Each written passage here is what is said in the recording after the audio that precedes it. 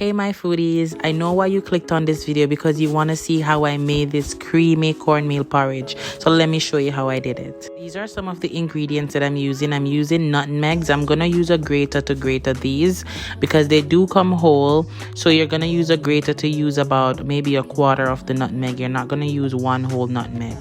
After, I'm going to use some coconut milk. You can use a coconut powder as well and mix it with water, or you can use the canned coconut milk.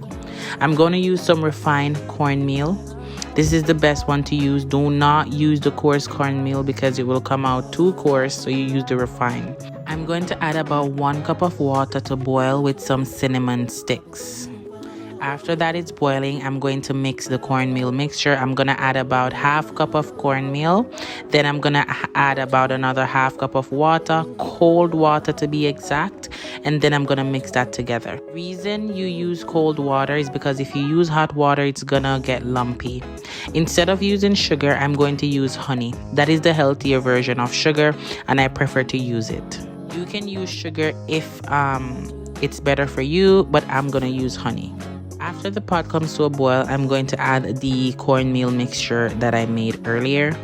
And you want to ensure you stir while you're putting this in, because if you don't stir, it's going to get lumpy, and you don't want a lumpy porridge. So after you added that, you're going to stir for another 30 seconds and let that come to a boil. It will thicken. It should take about 1 to 2 minutes to get thickened. You don't want it to burn. So as I said, please stir occasionally. After it gets thickened, I'm going to add the coconut milk. I added about ½ cup of coconut milk. And the key is to stir while you're adding each ingredient.